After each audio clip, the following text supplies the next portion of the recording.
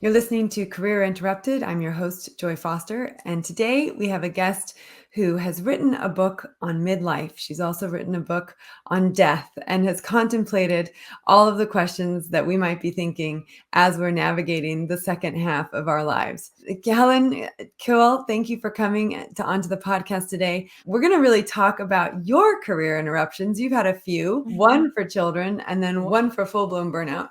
And I want to dive into these career interruptions because they are really important to talk about, and you've clearly been able to navigate them. And you're even planning a third interruption, which I think is phenomenal. So tell us about the career interruptions that you have experienced. In particular, I'd like to know more about the burnout, because I think that will resonate with a lot of people who are listening to this. Thank you, first of all, for having me. I think my first interruption, as you rightly said, was around having my children. And I think that will be something that's no surprise to a lot of people who've chosen to have children. My 3 children came in quite quick succession at a time where I was kind of very quickly moving through the ranks in quite a traditional hierarchical organization. So it was a very busy time. And I left when I was pregnant with my third because I didn't feel that I could manage those 2 things in parallel as well as I wanted to. So that was the first one, as you rightly said, and that brought new opportunities, new streams of work, new career progressions, which were fantastic. But the second, as you said, was less obvious to predict, and it was a total physical breakdown. I was ill for 6 months, but not really realizing each time I was getting more and more broken by the experience. And then I collapsed at work whilst I was HR director at a small media company, and I was exiting somebody in an exit interview, and I got up and I collapsed and I couldn't walk. And it was a pretty stark moment. But from that and from the rebuild after that, I was an entirely new person from that. I can see that now. It's 12 years ago now, but it took my life and my sense of self in an entirely fresh and new direction. But obviously at the time it was pretty difficult to deal with. I was probably off work for 6 months. I was pretty much housebound for 3 months, and my children were 3, 5, and 7 at the time, so it wasn't a quiet time at home. No, wow. And so tell me when the stakes were the highest in that period of time. For me personally, it was an earthquake, or a lifequake, as you often see that written about. It was Bruce Feiler who wrote that term first, and I loved it. And why it was such an earthquake for me, and I'm doing this purposefully because I can feel it as I'm talking about it, was that my entire sense of self was deconstructed overnight. And you can see still resonates a lot with me. I had built my entire existence on being somebody that could just do and could throw as much at myself and my life as possible, and I would just push through, and I would make something really good out of it. And my body said no very, very definitively, and I had to really reassess who I was. My identity was completely at risk, and I use that term deliberately, and because we've spoken about this, but my entire being was built on doing and achieving, and I had to really look into who I was now.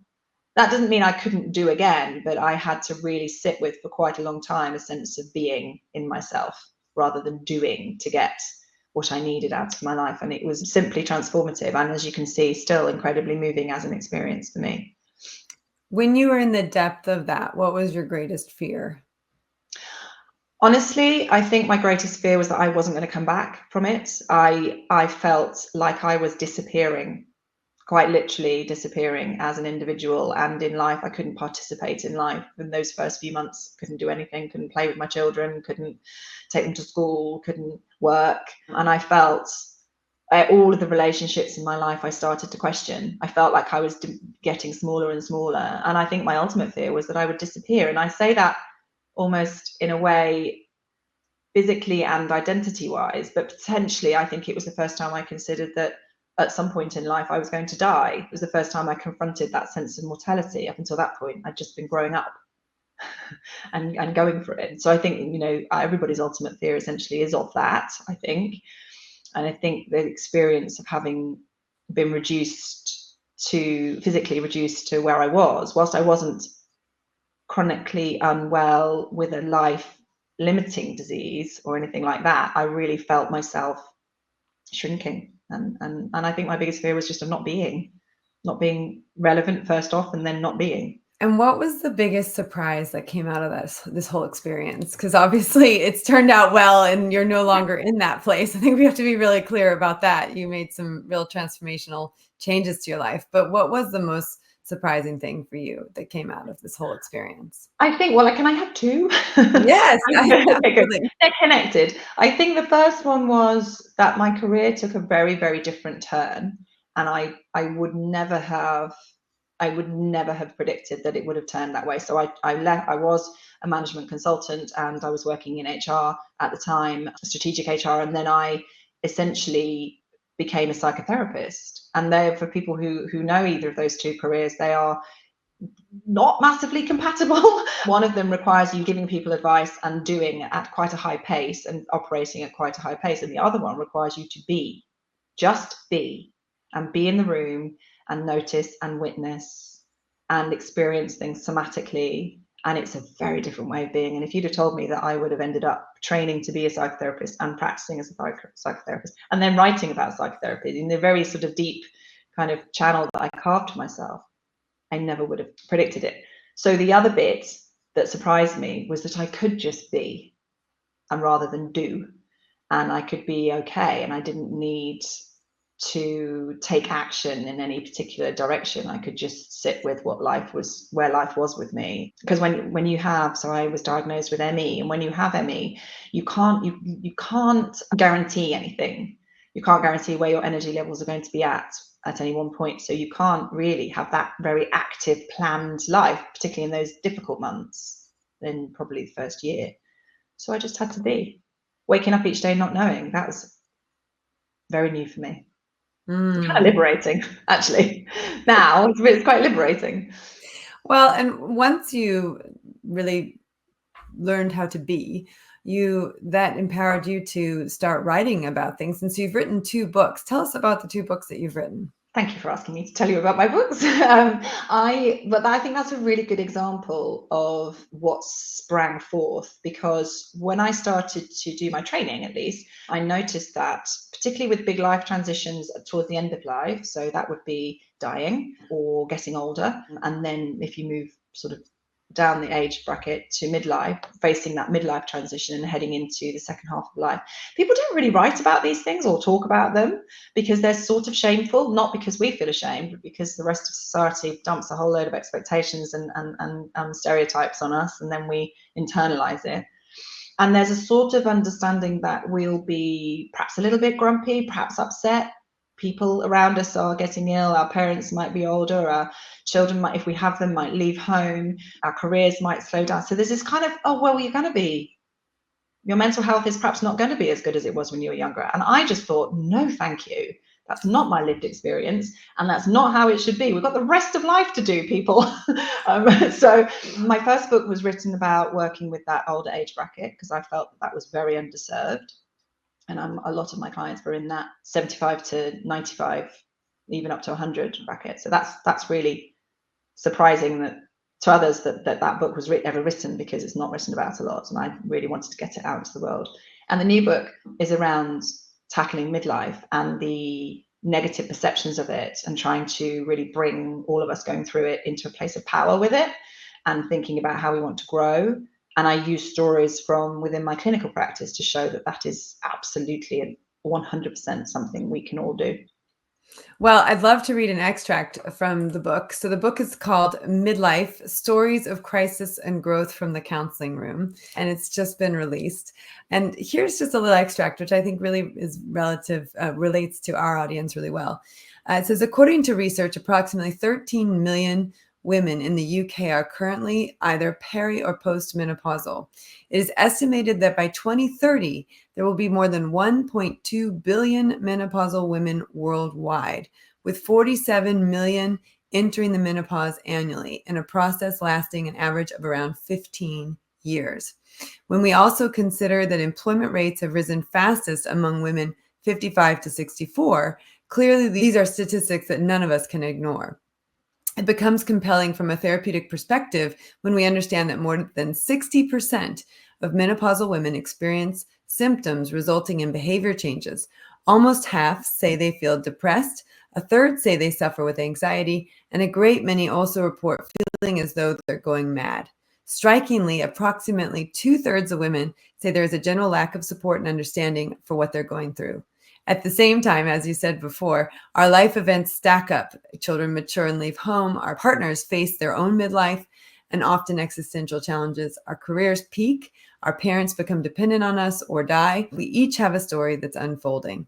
And I just love that you share these stories. It's just an amazing gift that you've given to the world. So if people want to find your book, where can they find it? So you can get it on most places where you'll get your books. So you can find it on Amazon. You can find it, I believe, on World of Books. But my publishers, which is PCCS, I think they have it at a discount at the moment. So you can find it on there. If you just look up my name, you'll find it there. But thank you for reading that out. You know what I noticed when you read it out is that it focuses quite a lot on women, rightly so, because it is a huge reality for 50% of the population 100% of the time. So we need to remember that is real and happening. But there was a little peek in there at what's happening for partners, and if you're in a heterosexual relationship, it's not to be ignored. Our male partners through midlife have their own reality to contend with, and I have written about some of those stories in the book to try to. My hope is that everybody will see a little bit of themselves when they read the stories. I think that's a really important point. And actually, just a couple paragraphs later, you talk about the men's experience. I'm just going to read this because I think it is so important for us to not just focus on women and the midlife crisis that they have, which is very physiological as a result of perimenopause and menopause. But here's what you write about men. And men's experiences in midlife may be equally negative. Emerging research is showing that the generation of men who are now entering midlife feel displaced and less sure of their purpose. Poor mental health is prevalent among middle-aged men in many, if not most, westernized societies, regardless of whether they continue to retain their gendered power, wealth, and status. A detailed longitudinal study by the mental health and suicide prevention charity Samaritans showed that men in the UK and Ireland are 3 to 4 times more likely than women to die by suicide, and that those who are living on low incomes in the most deprived areas are at most risk. Similarly, in the US, pre-pandemic studies found that middle-aged men tend to be more reluctant to seek help for or discuss feelings of low mood and to take greater health risks, leading to a suicide completion rate 4 times higher than that among women. Both reports point to factors such as exclusion from an evolving job market, changing male gender norms. I thought that point was really interesting, and relationships issues and social isolation as the cause of this. I mean, I think it's so important that you've brought men into the narrative on this. I think it's really important because if we don't, it's very easy with a lot of the amazing coverage that's happened, particularly in the UK since Davina McCall's first tackled this topic. I think it's very easy to lean into that, and rightly so. It's not been talked about enough, and women's midlife experience is often kind of just joked about in a way that's really unhelpful, right? So you kind of, dried up, irrelevant, and I mean, don't even get me started on the cosmetics industry, but that's another conversation. So, but we can't ignore what's happening. And by the way, we are talking in binaries at the moment, and there's a whole world of other experiences, but just for the purposes of this, the male experience, because what's also happening is that because you have to bring everybody into the debate is the quickest way to say it, right? You can't just take one side, because we haven't been represented in a lot of circumstances. Women haven't been. It's important to represent that and amplify the experience, but we've also got to include what's happening with men, because actually, you're right, you called out around gender roles changing. They are changing, and for the better and brilliantly, but there will be some loss within that will go on in this midlife transition and get internalized within midlife male experience, and we can't ignore it, even if part of us thinks, well, that's part of being human. It is, but it is part of their journey too. And for those of us who are married to a man, they'll be feeling all of those feels as well. We can't ignore that, really. I think it's really important to be aware, right? Awareness is the first step, and then we can arm ourselves with knowledge to deal with whatever we are aware of. And if we don't have that awareness, it's very hard to do anything about it. And open up the conversation together. Just be curious, like, what's happening for you? How is it for you when this, just ask. I think that's the quickest way. Yeah. No, absolutely. Now, of course, one of my favorite questions to ask is there a motto that you live your life by? And could you share that with us? So I think my motto is something like, I wouldn't say this out. I don't think I've ever said this out loud, but I think what I live by is, if it's that old saying, if something's worth doing, it's worth doing well, and that's probably how I ended up burning out. So I have to be quite careful with that. But what it means this side of that life event for me is that if I'm going to experience something, or if I'm going into an experience, I want to fully commit to it. I want to get inside it, walk around it, experience it, somatically as well as mentally. And I so value going all in on something, partly because then you can't regret it, but also because then you fully experience it. So yes, I was we were talking earlier, and I was saying I took up my midlife surprise was that I used to look at lakes and rivers and think, I really want to get in there, and I had no real sense of why. I just really felt, mostly in winter on dog walks, and I started swimming in open water. I'm a swimmer anyway, so I thought, oh, I'll just try swimming in open water, and then started swimming in winter, cold dipping in my barrel in the mornings in my garden. And that cold water immersion really, in some ways, speaks to what I just said, which is, when you're in cold water, for those people who do, and I know a lot of people do, you can't really think, you are fully committed to that experience, and you're fully feeling it, and you can't really think about anything else. It feels great afterwards. So that's a kind of a metaphor in some ways for what I'm saying. I love that. And one of the things that you did say to me before when we were prepping for this was that you're planning your next career interruption. So can you tell us more about that? Sure, absolutely. So one of the gifts of specializing in life transitions is I try to get ahead of them. I try to go with the flow rather than have them happen to me. Now, you can't always, but the one that I foresee is that my children are 15, 17, and 19. So one of them's safely tucked away at university for now, but the younger two are both facing into double GCSE and A-level year here in the UK. And both of them have recently been diagnosed with dyslexia, and this is not a straightforward process for them. And I'm really conscious that I'm not going to get this time back, and I really want to support them in that. So I'm getting prepared now for into the early spring to scale back some of my work so that I can be kind of fully around and helping them should they need it. They might not need it, but I think it's really important to prepare for these things and then almost make them mean something and do it with intent. I think that's really important what you just said about doing things with intent, but also recognizing now that, the old you would have just said, okay, I'm going to do my career fully and try and be there fully for the boys, Yeah. and actually recognizing I'm going to plan this in a way that it's expansive for my children and also for myself. And I love that. And, I think that's a gift that comes from trying to do it all and realizing that doesn't work, but actually I can do it in a different way. Yeah, and also a little bit of the new me that we talked about, the new way of being, which is that, you know what, not putting any judgment on top of that about whether I can and can't, just being in it and being okay with it, rather than bringing in a sort of critical voice. Well, I'm sure you can probably do both, or other people do both, the narrative that kind of just accompanies us through life.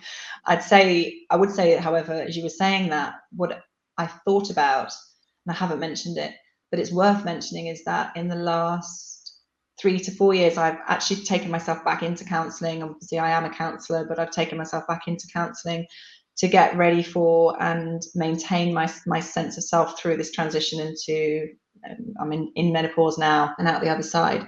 And that has given me a lot of tools and a lot of awareness. You said it earlier, a lot of self-awareness. I have quite a lot anyway through the process of training, but just continued peeling back the layers of awareness of what's happening for me and why.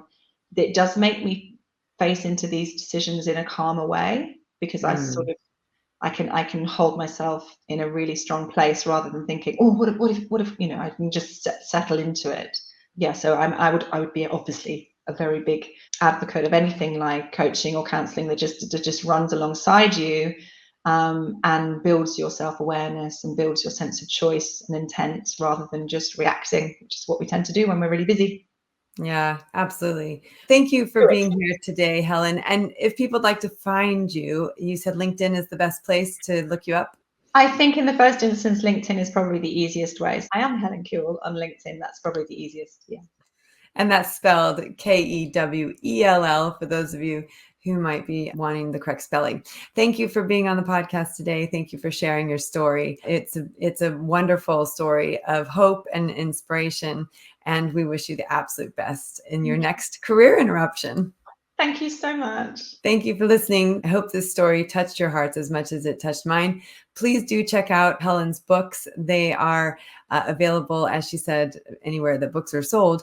And we will be running a Joy Book Club special with Helen and diving deep into the stories in the book. And we will have 4 books to give away. So make sure that you are on our mailing list. If you don't know how to get on there, go to TechPixies.com. We have lots of different ways that you can join our mailing list. But particularly if you go to TechPixies.com/Joy Book Club, we will send you information about the book club conversation that we'll be having with Helen.